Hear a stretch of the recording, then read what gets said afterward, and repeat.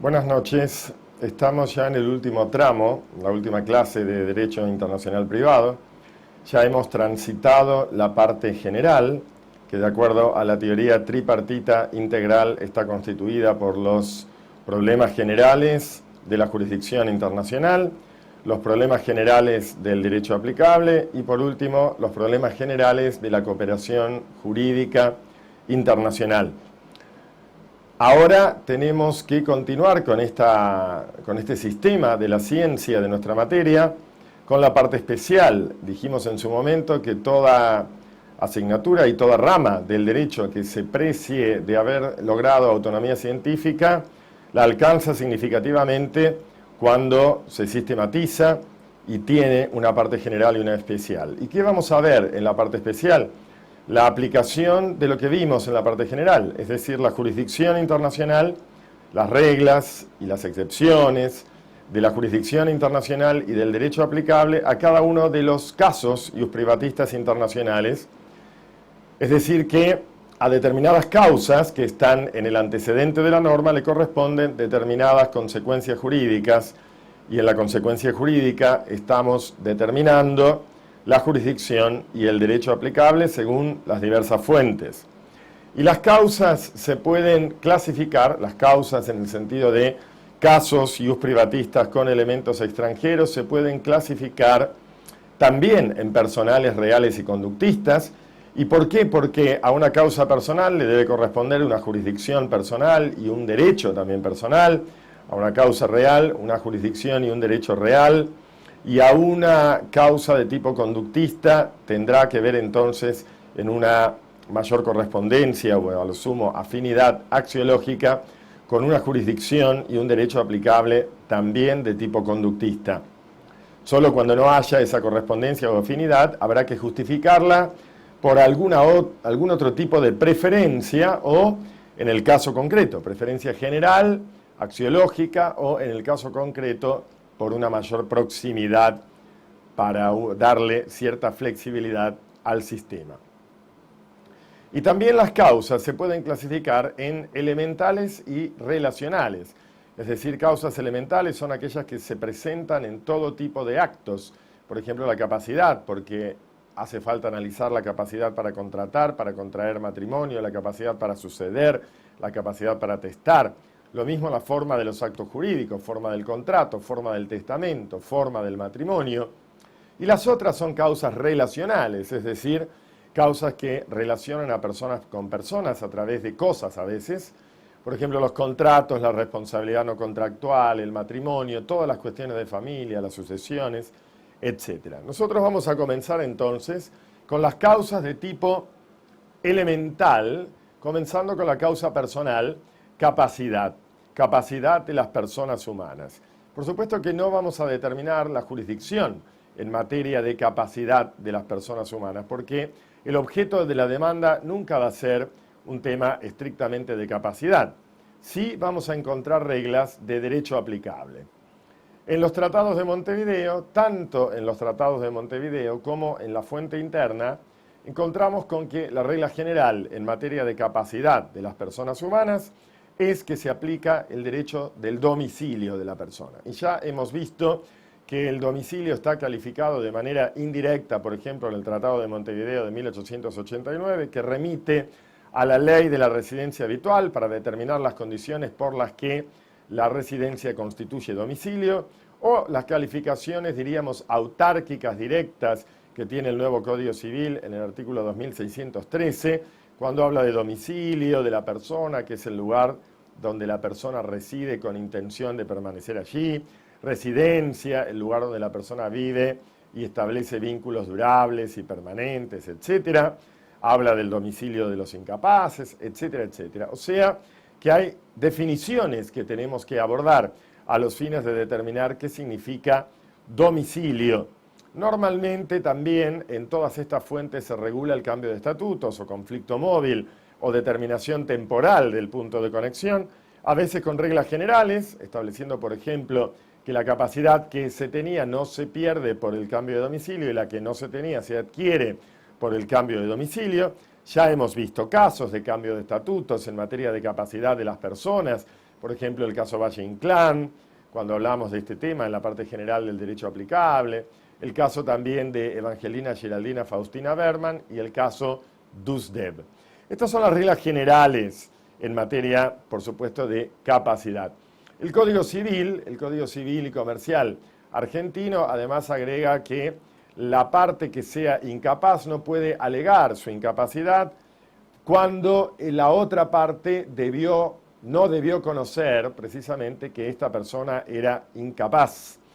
Esto es porque se refleja la doctrina del caso Lizardi, la doctrina del caso de los intereses nacionales, de tal manera de evitar este tipo de picardías que hay a veces con la compra que uno hace en el extranjero de algunos bienes y luego alega la supuesta o la verdadera incapacidad de acuerdo a la ley del domicilio. Una persona que tiene aspecto de capaz, pero que es incapaz de acuerdo a la ley del domicilio, no puede alegar esa incapacidad para no cumplir precisamente con sus obligaciones, sobre todo cuando la otra persona no debió saber que la persona precisamente con la que contrataba era un incapaz.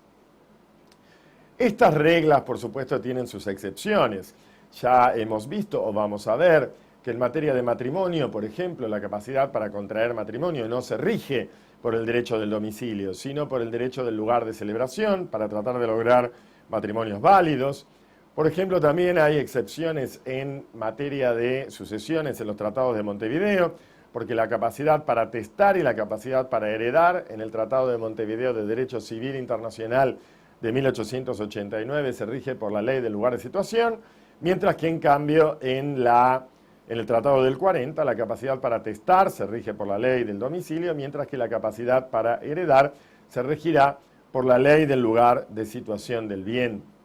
Luego también hay alguna cuestión acerca de la capacidad para convenir arbitraje en el Acuerdo de Arbitraje Comercial Internacional del Mercosur de Buenos Aires de 1998, que también se rige por el derecho del domicilio, o sea que se aplica la regla general.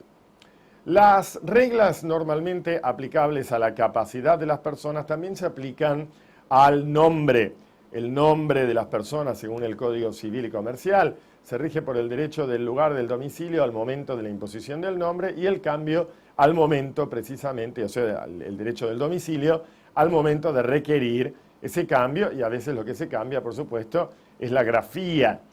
En materia de nombre de las personas hay que remitirse, por ejemplo, al caso Cameron, que ha sido comentado, por ejemplo,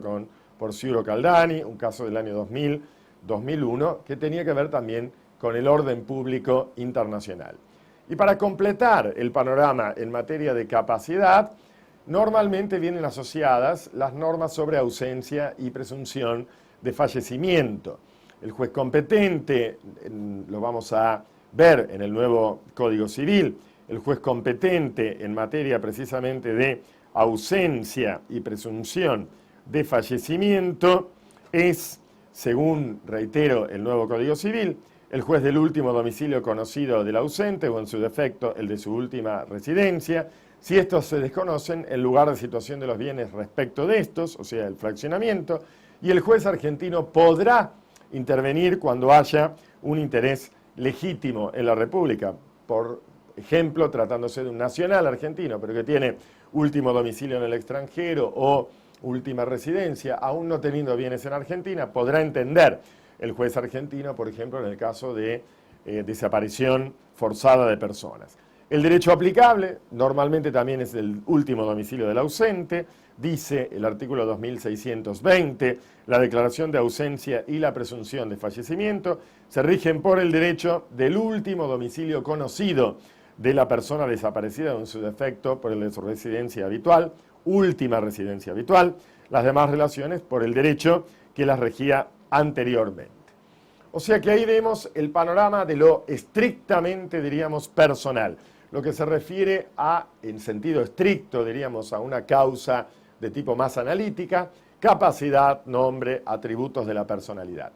Pero, por supuesto que las cuestiones referidas a las personas también tenemos que abarcar a las personas jurídicas. Ustedes saben que las personas jurídicas están reguladas tanto en los tratados de Montevideo como también en la CIDIP la CIDIP 2, que se refiere estrictamente al conflicto de leyes en materia de sociedades mercantiles, y la fuente interna, en este caso la fuente interna de las disposiciones del Código Civil no se refieren a las personas jurídicas desde la perspectiva del derecho internacional privado, sí, en cambio, la Ley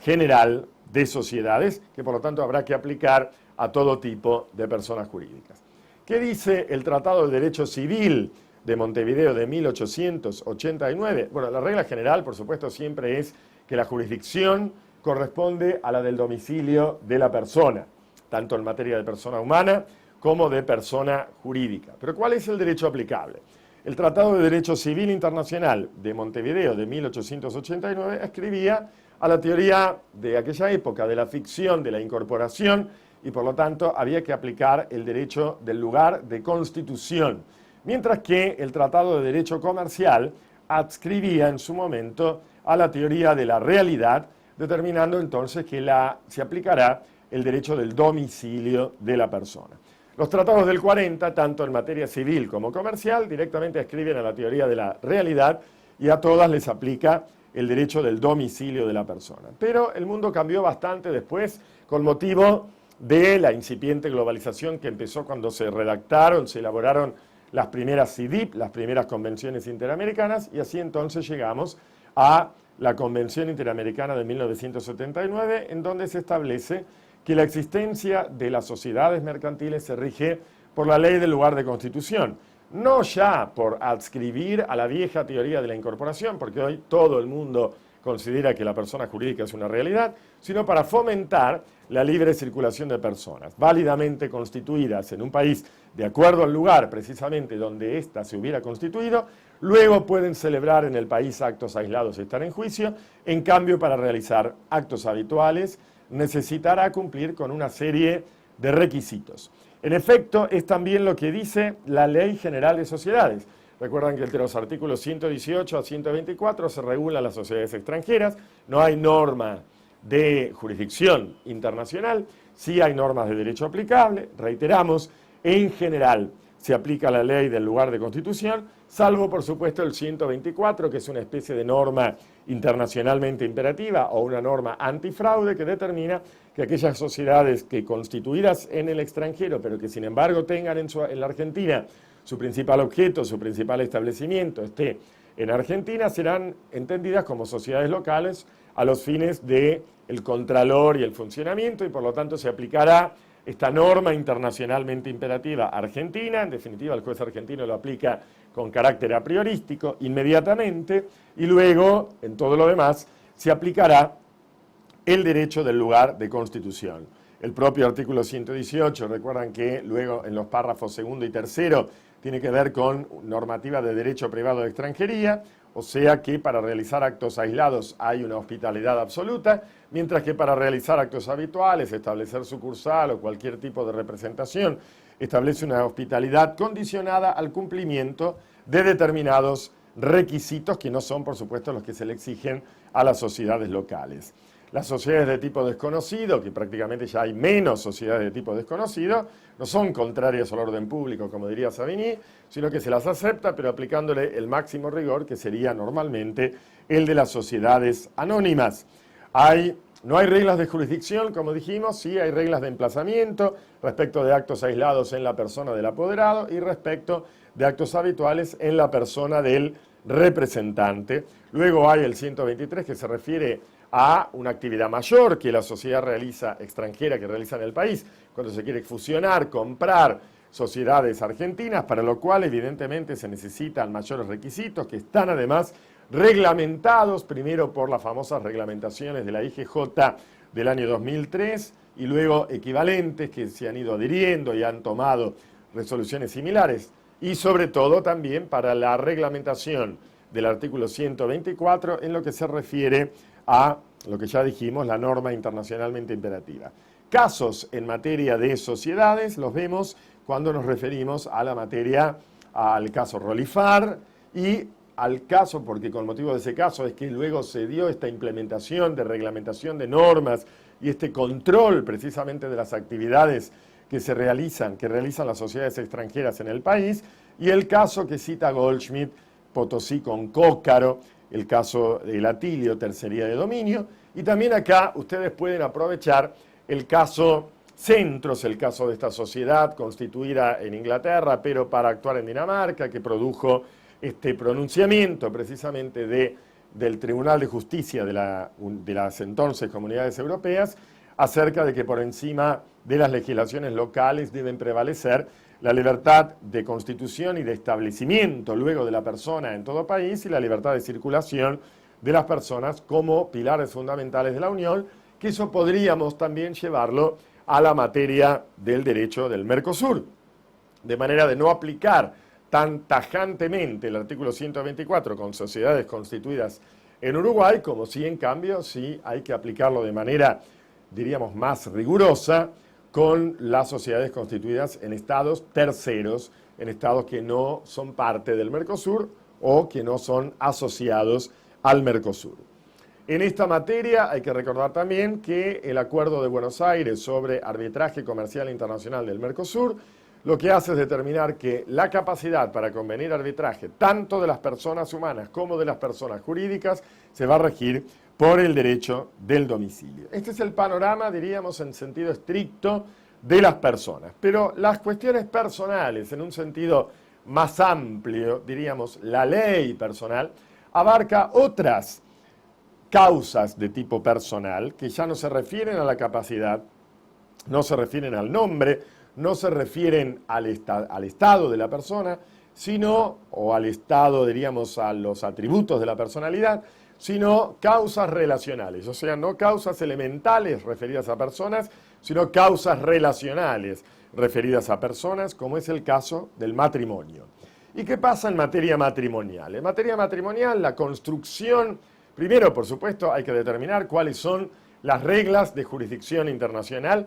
las reglas normales de jurisdicción internacional para determinar la validez o nulidad y la disolución del matrimonio. Es que serán competentes tanto el juez del último domicilio conyugal, entendido por domicilio conyugal en la efectiva convivencia, o el domicilio del cónyuge demandado, agregando también, sobre todo en la fuente convencional, que tenemos una posibilidad de demandar también en el lugar de situación de los bienes, en una especie de fraccionamiento. Pero ahora vayamos al derecho aplicable. En materia de derecho aplicable, en la construcción de la causa matrimonial se ha aplicado un método de alguna manera sintético, porque tanto la capacidad como la forma, como la validez intrínseca y como la prueba del matrimonio están sintetizadas en una sola causa a la que se aplica una determinada ley, mientras que por el otro lado tenemos que los efectos, y a su vez los efectos se dividen en efectos personales y relativos a bienes, se van a regir por otras leyes y la disolución por otra ley. Esta manera de construir las causas de tipo matrimonial es exactamente opuesta a la manera de construir la causa contractual, donde al revés, una ley rige la capacidad, otra la forma y otra la validez y los efectos. ¿Por qué hacemos esto en materia matrimonial y hacemos lo opuesto en materia contractual?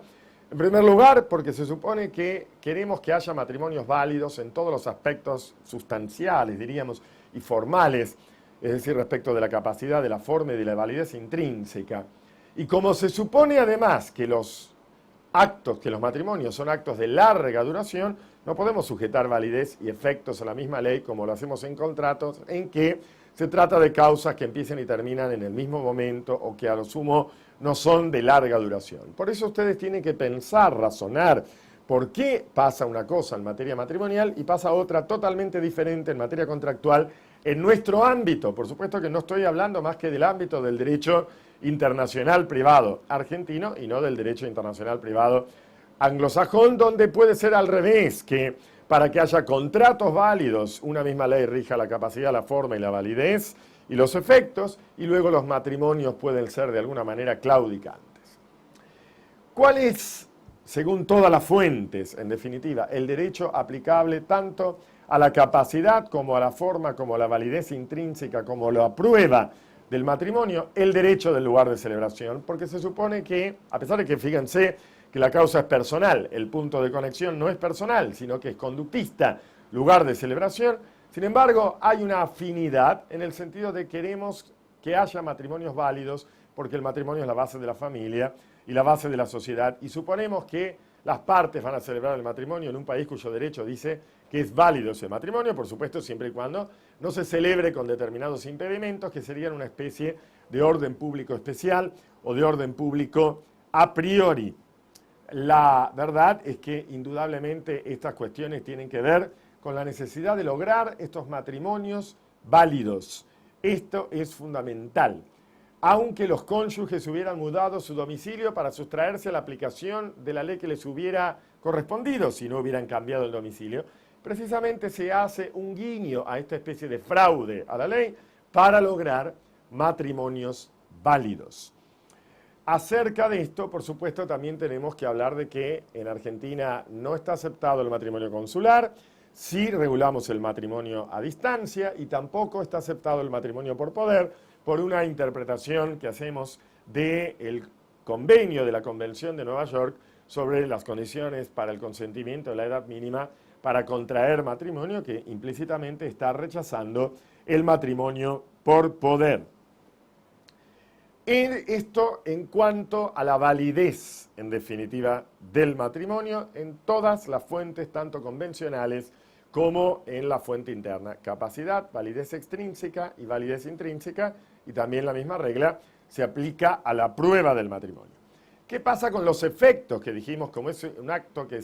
dura en el tiempo, se deben regir por otras leyes. Los efectos personales que tienen que ver con la fidelidad, en todo caso con la cohabitación, y cuando no hay un tipo específico, también incluye obviamente los alimentos, se rigen por el derecho del domicilio conyugal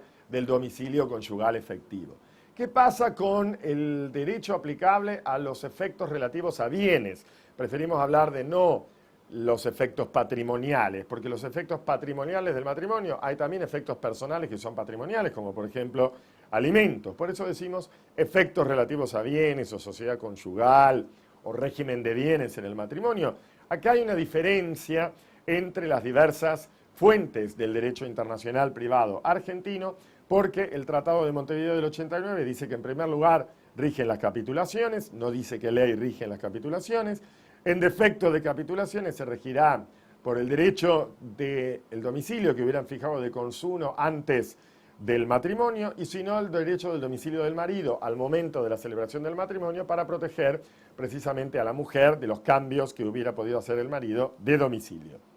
En cambio, el Tratado de Montevideo de 1940 dice que tanto las convenciones matrimoniales como el régimen de bienes se van a regir rígidamente por el derecho del primer domicilio conyugal, y la fuente interna ahora ha cambiado respecto de lo anterior, que no aceptaba las capitulaciones matrimoniales, y establece que lo primero que va a regir van a ser las capitulaciones, y dice concretamente que esas capitulaciones en materia precisamente de régimen de bienes en el matrimonio, dice, las convenciones celebradas con anterioridad al matrimonio se van a regir por el derecho del primer domicilio conyugal, y las posteriores se rigen por el derecho del domicilio conyugal al momento de su celebración. En defecto de convenciones matrimoniales se va a regir el régimen de bienes en el matrimonio por el derecho del primer domicilio conyugal, resolviendo el problema entonces del cambio de estatutos. ¿Qué pasa con el divorcio y las otras causas de disolución del matrimonio?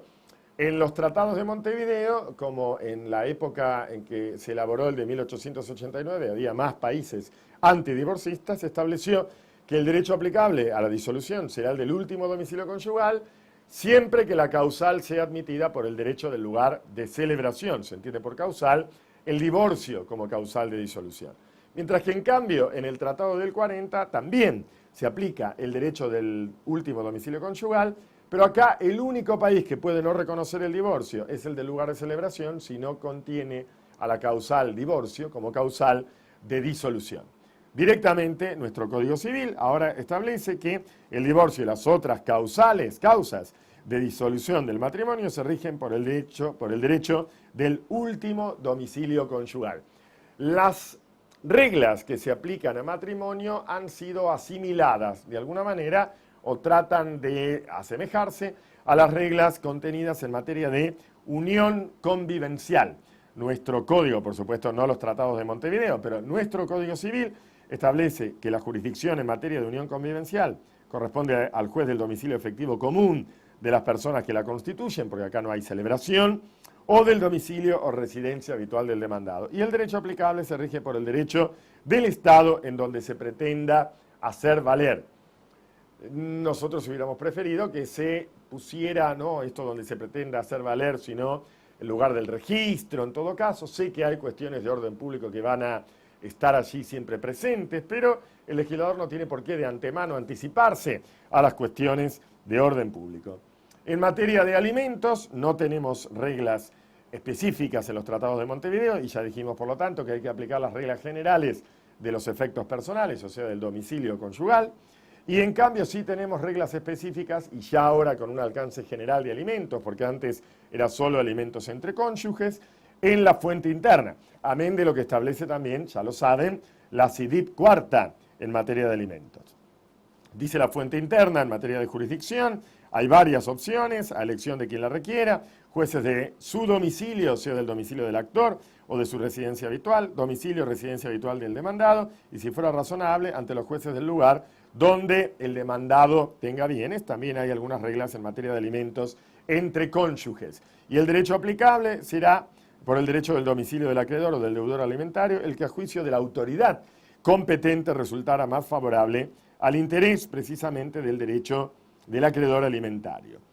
Luego se establecen en la fuente interna, se ha llenado lagunas, porque se establecen reglas en materia de filiación por naturaleza y por técnicas de reproducción humana asistida. La jurisdicción corresponde a elección del actor a los jueces del domicilio de quien reclama el emplazamiento o los jueces del domicilio del progenitor o pretendido progenitor, y en caso de reconocimiento, los jueces del domicilio de la persona que efectúa el reconocimiento o domicilio del hijo, lugar de su nacimiento. Y en materia de derecho aplicable, el establecimiento de la filiación y la impugnación por el domicilio del hijo al tiempo de su nacimiento o por el del derecho del domicilio del progenitor o pretendido progenitor de que se trate al tiempo del nacimiento del hijo o por el derecho del lugar de celebración del matrimonio, el que tenga soluciones siempre más satisfactorias a los derechos fundamentales del hijo, porque hay que tener en cuenta siempre el interés superior del niño. El derecho aplicable determina además, porque hay que ver qué extensión tiene el derecho aplicable, a qué se aplica, a la legitimación activa y pasiva para el ejercicio, al plazo para interponer la demanda, así como los requisitos y los efectos de la posesión de Estado. El acto de reconocimiento, las condiciones del reconocimiento, se van a regir por el derecho del domicilio del hijo al nacimiento o al tiempo del acto, o el domicilio del autor del reconocimiento al momento del acto. La capacidad se rige por la regla general, la capacidad del autor del reconocimiento por el derecho de su domicilio, y la forma, como ya lo vamos a ver, se va a regir por el derecho del lugar del acto o por el derecho aplicable al fondo del asunto. Hay también reglas sobre el reconocimiento o del emplazamiento filial constituido precisamente en el extranjero. Acá es importante tener en cuenta que los principios que rigen, que regulan las normas sobre filiación por técnicas de reproducción humana asistida, integran precisamente el orden público y deben ser ponderados en ocasión de que se requiera su intervención, y en todo caso, por supuesto, también hay otro requisito u otro principio de orden público: se debe adoptar la solución que redunde siempre en beneficio del interés superior del niño, que además es un principio constitucional recogido precisamente por la Convención sobre los Derechos del Niño, que tiene jerarquía constitucional, de manera que resiste el análisis de constitucionalidad y de convencionalidad. En materia de adopción, ustedes ya saben que el Tratado de Montevideo de 1889 no regula la adopción porque era una institución desconocida y por lo tanto contraria al orden público según Savigny. Recordarán ustedes el caso Grimaldi. Mientras que el Tratado del 40 es rígido porque establece que se debe cumplir con los requisitos del derecho del domicilio del adoptante y del adoptado, y además se requiere instrumento público. En la fuente interna nosotros tenemos una postura de rechazo de la adopción internacional, en el sentido de que la persona que quiera adoptar a una persona que está domiciliada en Argentina, si es un niño, por supuesto hay una jurisdicción exclusiva argentina, ustedes ya lo saben por el artículo 2595, mientras que tiene que fijar, por supuesto, domicilio aquí en Argentina el adoptante para proceder a la adopción. Pero sí reconocemos las adopciones constituidas en el extranjero de acuerdo al derecho del domicilio del adoptado, y la adopción simple constituida en el extranjero válidamente de acuerdo al derecho del domicilio del adoptado puede ser reconocida aquí en Argentina y se puede convertir, por supuesto, en adopción plena. Hemos dado un avance en cuanto a cierta apertura, porque si bien es verdad que nosotros vamos a reconocer las adopciones extranjeras en tanto hayan sido constituidas de acuerdo válidamente al derecho del domicilio del adoptado, si en el domicilio del adoptado se reconocen adopciones válidamente constituidas de acuerdo al domicilio del adoptante, también vamos a reconocerlas entonces indirectamente en la Argentina, lo cual ya es una apertura. No es una apertura a la adopción internacional. Ya saben ustedes que la adopción internacional la rechazamos porque hemos hecho la reserva correspondiente a la Convención sobre los Derechos del Niño, hasta tanto haya seguridades para evitar precisamente el tráfico de estas personas tan, diríamos, necesitadas de protección, sobre todo como son los niños, y no hemos ratificado ni la convención de la CIDIP tercera en materia de adopción, ni tampoco la convención de la Haya sobre adopción, que sí, en cambio, ha sido adoptada por otros países vecinos. De manera que ahí tenemos nosotros esta legislación en materia de adopción constituida en el extranjero. El tema de la conversión ya lo hemos dicho. Ahora vamos al tema de la responsabilidad parental e institutos de protección de menores. La responsabilidad parental, que en la época de los tratados de Montevideo se hablaba de patria potestad, el Tratado de Montevideo de 1889 lo regula dividiendo las cuestiones personales de la patria potestad de las cuestiones relativas a bienes, división que no nos parece legítima porque la patria potestad es personal, diríamos. Y para colmo, la ley aplicable a la patria potestad, a las cuestiones personales, según el Tratado del 89, será la del lugar donde se ejerce, que es un punto de conexión conductista que no tiene nada que ver con la causa personal, y hay un fraccionamiento en materia de régimen de bienes de la patria potestad porque se aplicará la ley del lugar de situación de los bienes. Todo esto está de alguna manera recompuesto o compuesto en el Tratado de Montevideo del 40, porque tanto las cuestiones personales como las relativas a bienes, a salvo siempre están las cuestiones de estricto carácter real, pero todo se regula, salvo lo de estricto carácter real, que se regula, por supuesto, por la ley del lugar de situación. Está regulado lo personal y lo de bienes por el derecho del domicilio de quien ejerce la patria potestad, nos parece más legítimo, más razonable, en el Tratado de 1940. Dice en el Código Civil que todo lo atinente a la responsabilidad parental se rige por el derecho de la residencia habitual del hijo al momento en que se suscita el conflicto y en la medida que el interés superior del niño lo requiera, se puede tomar en consideración el derecho de otro Estado con el que la situación tenga vínculos relevantes. Esta flexibilidad que se le da al sistema, ya lo hemos visto también en la parte general. La tutela, curatela y demás instituciones de protección se rigen por el derecho del domicilio de la persona de cuya protección se trate al momento de los hechos que den lugar a la determinación del tutor o curador. Otros institutos de protección de niños, niñas y adolescentes son reconocidos y despliegan sus efectos si son compatibles con los derechos fundamentales del niño. Hay medidas urgentes de protección del lugar de situación. Y luego tenemos el gran tema, indudablemente, de la restitución internacional, producto de la sustracción internacional de niños, la libre circulación y las crisis también, la libre circulación de personas y las crisis de la libre circulación de los factores de producción y económicos hacen que también se produzca este tema de la sustracción por un progenitor. Ya sabemos que tenemos convenciones internacionales, la Convención Interamericana sobre Restitución Internacional de Menores de 1989 de Montevideo, la de tráfico, obviamente de tráfico, que trata no solamente los aspectos civiles, sino también los aspectos penales del tráfico de menores, y también la Convención de la Haya sobre aspectos civiles de la sustracción internacional de menores, que tienden, por supuesto, a la restitución a la residencia habitual. Y no teníamos una regulación en la fuente interna, ahora por lo menos tenemos en la fuente interna que en esta materia rigen las convenciones vigentes y fuera de su ámbito los jueces argentinos deben procurar adaptar al caso los principios contenidos precisamente en esas convenciones. Y hay algo muy importante que ha introducido el nuevo Código Civil El juez competente que decide la restitución debe supervisar el regreso seguro del niño y procurando o fomentando las soluciones que conduzcan a un cumplimiento voluntario y no coactivo de la decisión y tomar medidas de protección. El tema de la protección de menores también está contemplado, como recuerdan ustedes, en la Convención Bilateral Argentino-Uruguaya en materia de protección internacional de niños, por también el tráfico jurídico externo que hay con Uruguay, y es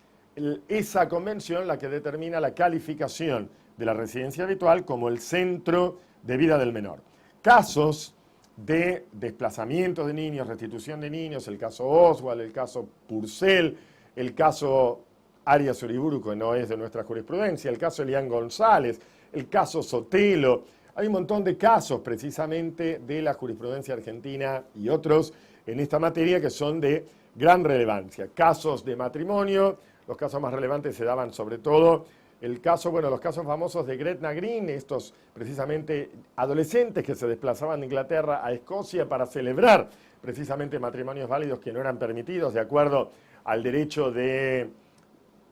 domicilio, y por eso se aplica el derecho al lugar de celebración. Y los casos como por ejemplo Job, que el caso Rosas de Gea, el caso también Zapata Timberlake, casos que tienen que ver de la jurisprudencia argentina, sobre todo en la época antidivorcista, pero también en la época divorcista, en los casos de divorcio precisamente como sanción y no como remedio. Hoy en día ya no hay tantos casos precisamente de matrimonio, sobre todo cuando tienen que ver con el vínculo argentino, pero sí, por supuesto, casos aquellos de reconocimiento de matrimonios extranjeros. Tiene que ver mucho la cuestión del orden público, no reconocimiento de matrimonios poligámicos, poliándricos, de la promiscuidad, etcétera, etcétera. O sea,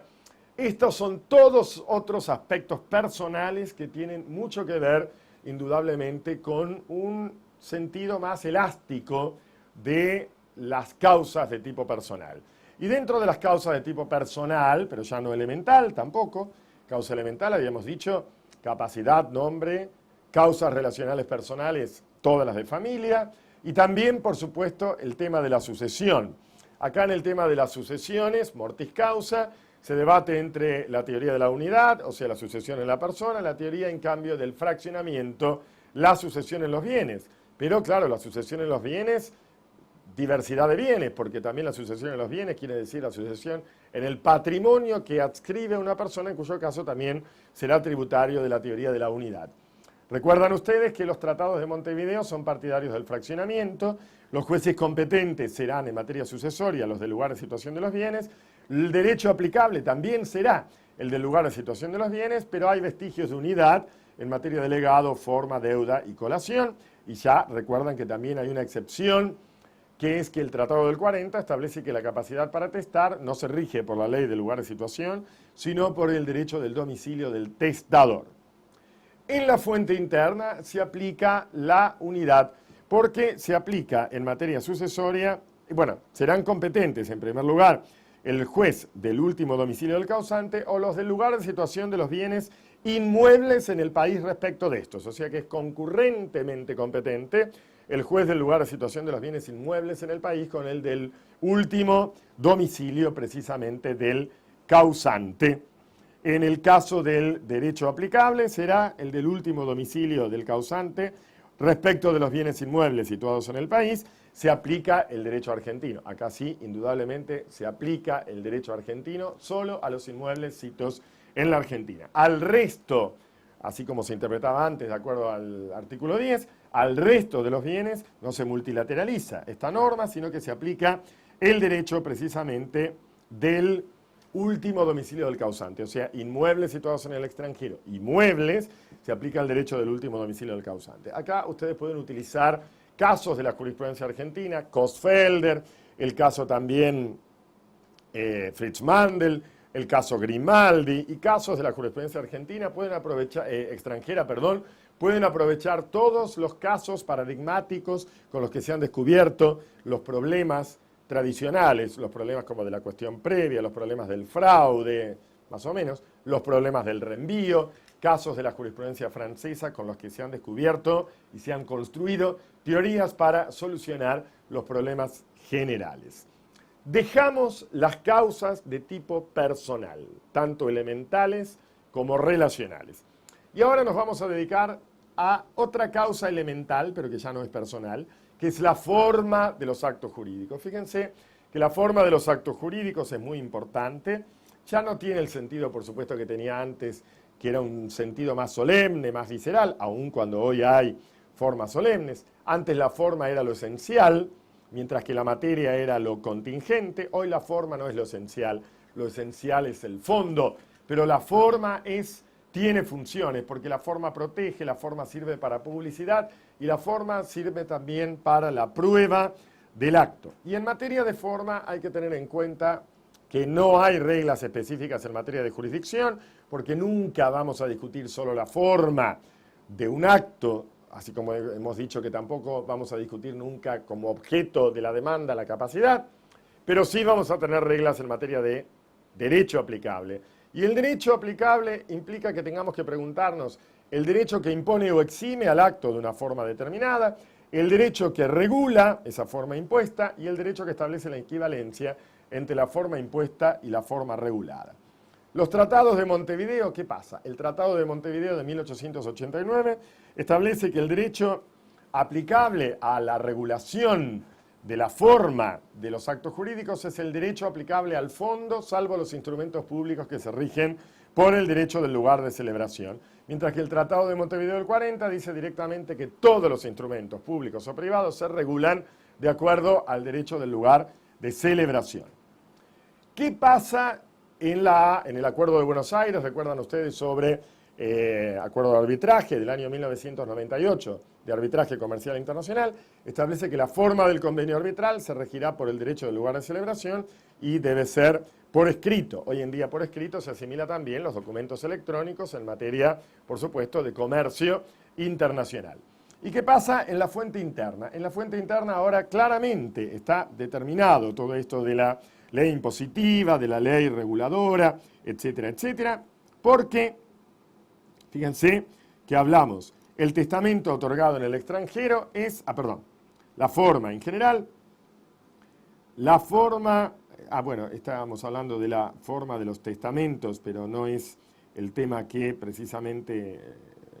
teníamos en mente, la forma de los actos jurídicos, las formas y solemnidades y la necesidad de publicidad se juzgan por las leyes y usos del lugar en que los actos se hubieran celebrado, realizado u otorgado. O sea, la ley aplicable a la regulación de la forma impuesta, porque si no hay ninguna forma impuesta, no hay ninguna ley aplicable a la regulación, es la del lugar de celebración, la lex loci celebrationis. Pero cuando la ley aplicable al fondo exija determinada calidad formal, conforme a ese derecho se debe determinar la equivalencia entre la forma exigida y la forma realizada. O sea que está claro que la ley que regula es la ley del lugar de celebración y la ley que establece la equivalencia entre la forma exigida o impuesta y la forma realizada es la ley aplicable al fondo del asunto, al fondo del contrato, quiere decir a la validez intrínseca del contrato, o al fondo de la sucesión o del matrimonio o de lo que se trate.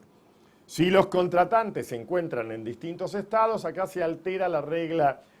general que había en el Código Civil anteriormente y se adopta de alguna manera la de los Tratados de Montevideo, que es que se aplica el derecho del lugar del país de donde partió la oferta aceptada o en su defecto por el derecho aplicable al fondo de la relación jurídica, porque hoy dijimos que hay una especie de divorcio entre fondo y forma, pero en este caso de contratos entre ausentes, o sea, contratos por correspondencia, online, etcétera,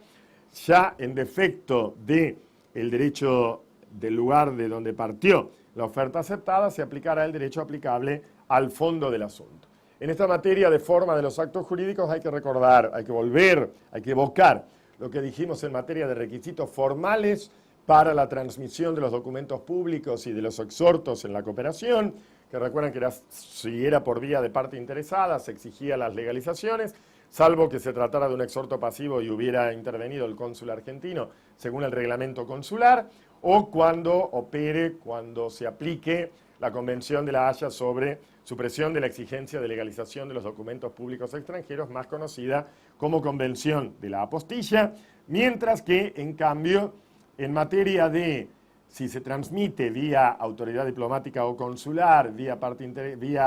autoridad central o vía judicial, sobre todo jueces de frontera, se exime de legalización. La autoridad diplomática consular, o sea, yo lo mando concretamente vía Cancillería, por ejemplo, al consulado argentino en el país donde quiero hacer valer el exhorto, quiero que se remita el exhorto, del consulado argentino se lo manda a la Cancillería de ese país y ahí lo mandan concretamente al juez correspondiente a cargo de la tramitación del exhorto y luego vuelve también por esa vía. Vía autoridad central es la autoridad de aplicación de los convenios, que normalmente en Argentina es el Ministerio de Relaciones Exteriores, salvo en materia, por ejemplo, de la Convención de Alimentos de la Convención de Naciones Unidas y las convenciones bilaterales con Uruguay, en materia que ahí es el Ministerio de Justicia, y luego lo vamos a ver en materia penal, en materia de traslado de condenados también, el Ministerio de Justicia. Y en esta materia de forma también tenemos que tener en cuenta el tema de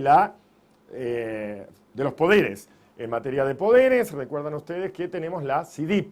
de poderes que ha tratado de establecer una especie de equilibrio entre los requisitos exigidos tanto en el notariado anglosajón como por el notariado latino. Aún en el notariado latino también hay algunos países más exigentes en cuanto, por ejemplo, a la expedición y a las formalidades de poderes específicos y poderes generales.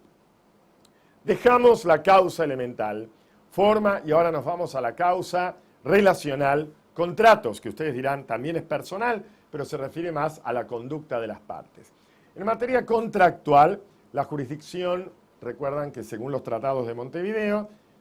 en ambos tratados de Montevideo se establece que el actor puede optar entre el juez del país cuyo derecho se aplica, que es el del lugar de cumplimiento, o el del domicilio del demandado. Y el Tratado de Montevideo del 40 agrega la prórroga de jurisdicción ex post facto. El Protocolo de Buenos Aires sobre jurisdicción internacional en materia contractual establece que serán competentes los jueces elegidos por las partes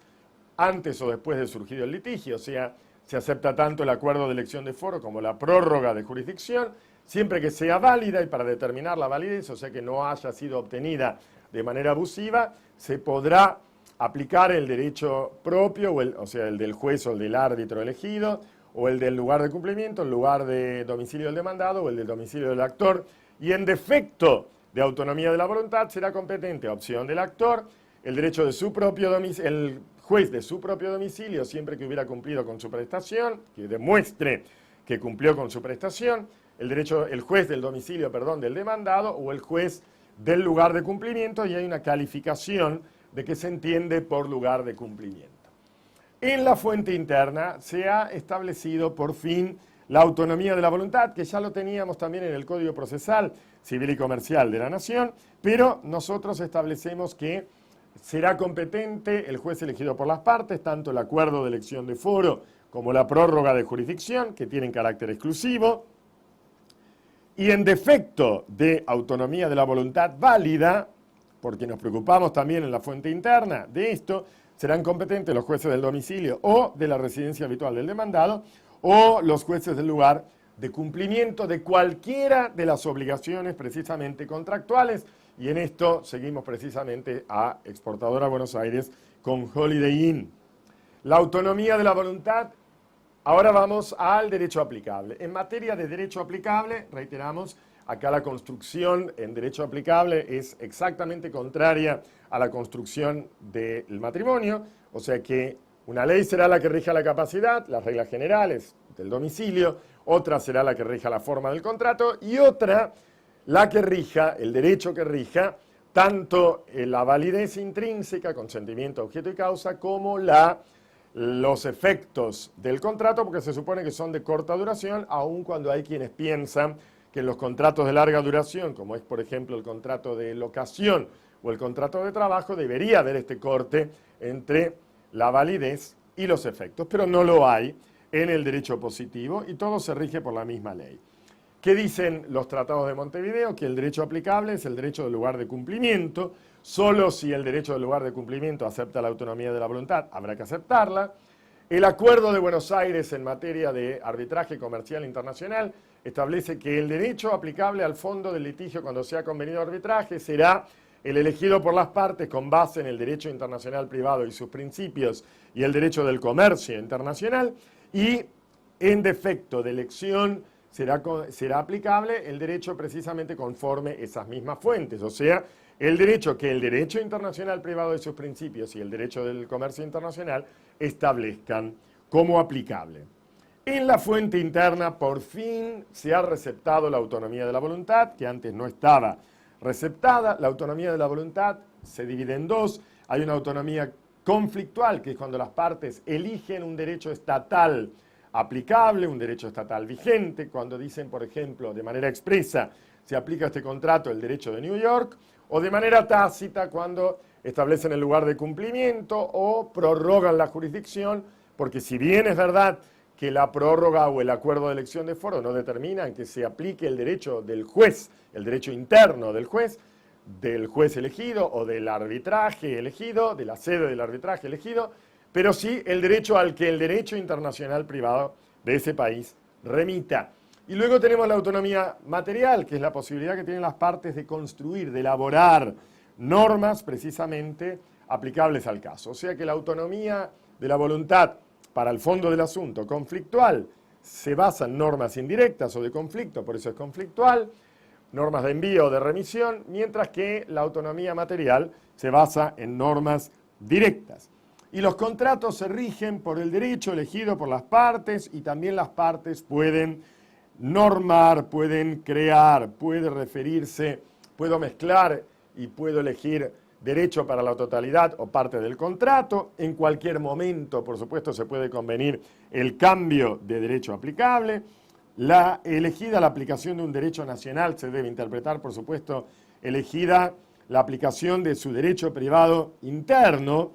con exclusión del conflicto de leyes. En realidad, acá lo que debió haber dicho en todo caso es que se entiende remitido a las normas materiales, que no son solo las del derecho privado interno, sino también las del derecho privado unificado y, por qué no, del derecho privado uniforme. Las partes pueden también ejercer la autonomía material, porque el inciso C de este artículo, que es el artículo 2651, establece que pueden establecer el contenido material y crear disposiciones contractuales.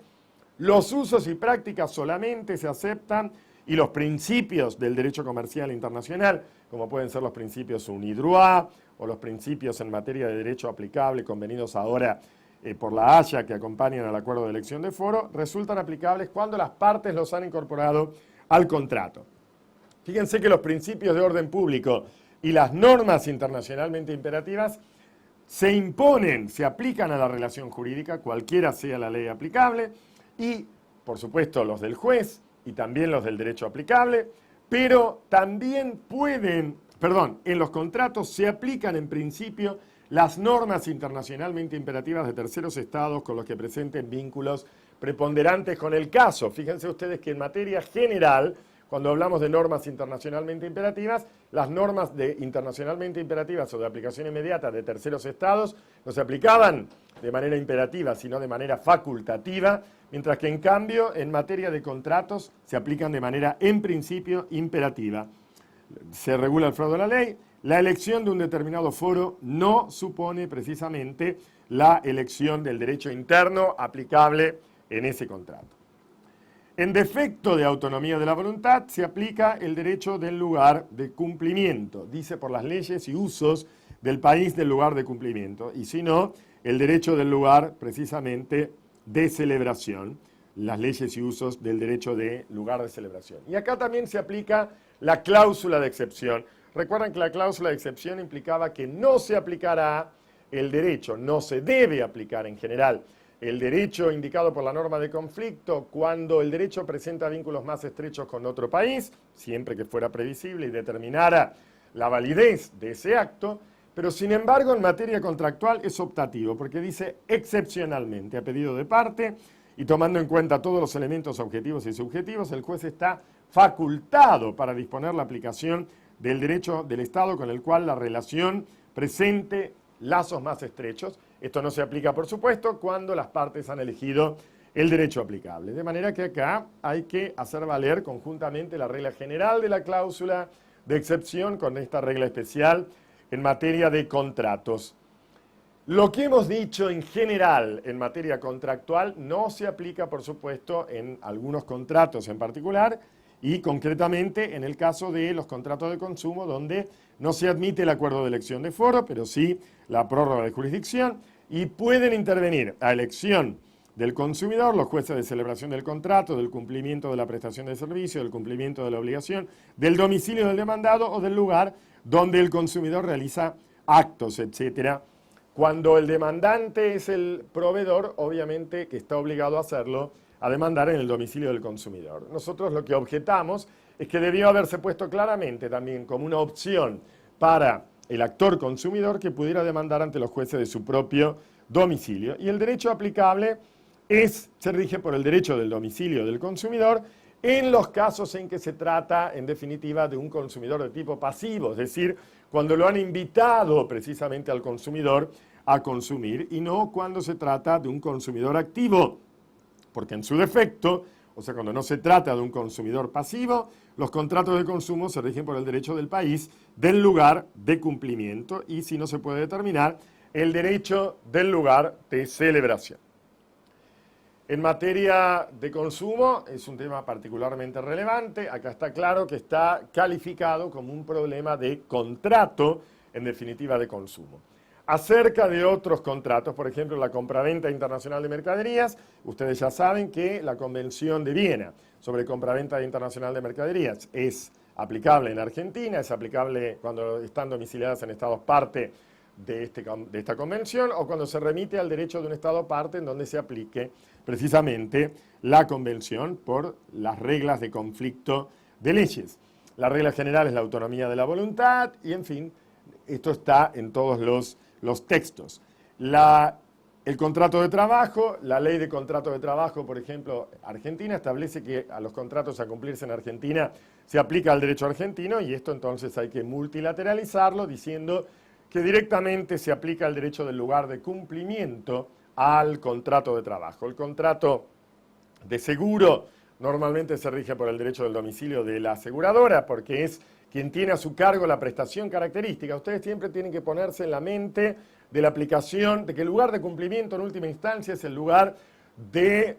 donde está el domicilio de quien presta o de quien realiza la prestación característica. Como en materia de compraventa es el vendedor, es el domicilio del vendedor. Como en materia de seguro es la aseguradora, es el domicilio de la aseguradora. Como en materia de beneficencia, el domicilio del benefactor. En materia de responsabilidad no contractual, o sea, responsabilidad civil extracontractual o por daños no contractual, los tratados de Montevideo establecen que serán competentes los jueces del lugar de comisión del hecho, los del domicilio del demandado, y el Tratado del 40 le agrega la posibilidad de la prórroga de jurisdicción. En esta materia, el Protocolo de San Luis sobre responsabilidad civil emergente de accidente de tránsito establece 3 opciones para el actor: lugar del hecho, domicilio del demandado o domicilio del demandante. Y en la fuente interna, ¿cuál es el juez competente? ¿Cuáles son los jueces competentes en materia de responsabilidad no contractual? Son competentes el juez del domicilio del demandado o el juez del lugar en que se ha producido el hecho generador, o sea, del daño causal, o donde éste produce sus efectos dañosos directos, que pueden ser a su vez varios lugares. ¿Cuál es el derecho aplicable? Según los tratados de Montevideo, el del lugar de comisión del hecho, y según la responsabilidad civil en materia de accidente de tránsito, el protocolo de San Luis, también el del lugar del accidente, pero si ambas partes pertenecen a un mismo estado, se aplicarán el derecho de ese estado, salvo por supuesto las normas de tránsito, que siempre se aplicará el derecho del lugar del hecho, y por remisión, cuando hay que aplicar el derecho extranjero, se entiende remitido a las normas directas, a las normas materiales, con exclusión de las normas de conflicto, o sea que se rechaza el reenvío, así como también en materia de contratos, cuando las partes han elegido el derecho aplicable. En materia de derecho aplicable, según la fuente interna, se aplica el derecho del país donde se produce el daño, independientemente de dónde se haya producido el hecho generador del daño y cualesquiera fueran los países en que se produzcan las consecuencias indirectas. O sea que acá otra vez se tiene en cuenta el tema de los daños directos. Pero no obstante, esto lo toman del protocolo de San Luis, cuando la persona cuya responsabilidad se alega y la persona perjudicada tengan su domicilio en el mismo país, se aplica el derecho de dicho país. En materia de títulos valores, estamos ya terminando a tambor batiente, en materia de títulos valores recuerdan que en materia de letra de cambio se aplica a cada obligación el derecho del Estado donde ésta se hubiera suscripto por el principio de la autonomía. En este principio de la autonomía de cada obligación, recuerdan el caso de las letras de Tennessee. Esto también está establecido en el artículo 2660 del Código Civil, que llena la laguna, porque cuando habíamos incorporado las convenciones de Ginebra lo habíamos hecho sin las normas de derecho internacional privado, se rige por la ley del lugar en que fueron contraídas, y en materia de cheque se aplica el derecho del lugar, precisamente del domicilio del banco girado, porque es quien tiene a su cargo precisamente la prestación característica. En derechos reales, los tratados de Montevideo no distinguen entre bienes muebles e inmuebles, se aplica a todos el derecho del lugar de situación, y en cambio nosotros sí distinguimos entre muebles e inmuebles. La jurisdicción en materia de inmuebles corresponde a los jueces del lugar de situación, de manera general. En bienes muebles registrales son, por supuesto, los jueces donde fueron registrados. En acciones reales sobre bienes no registrables, los del lugar, del domicilio del demandado o lugar precisamente de situación de esos bienes no registrables. El derecho aplicable sobre inmuebles será el del lugar de situación. Los contratos acá, los contratos hechos en un país extranjero para transferir derechos reales sobre inmuebles situados en la República tienen la misma fuerza si constan en instrumento público y se presentan legalizados. Se ha omitido el tema de la protocolización precisamente en el caso de que se transmita el dominio. En el caso de los bienes registrables se aplicará el derecho del lugar del registro, mientras que los derechos sobre los bienes con situación permanente, el lugar de situación, sin situación permanente, el domicilio del dueño, salvo que no se conozca, y se aplica entonces el derecho del lugar de situación. Y por último, la prescripción, siendo una cuestión de fondo, ustedes ya lo saben por el caso de las letras de Tennessee, se aplica el derecho aplicable que rige el fondo del asunto. Esto es todo, muchísimas gracias, buenas noches.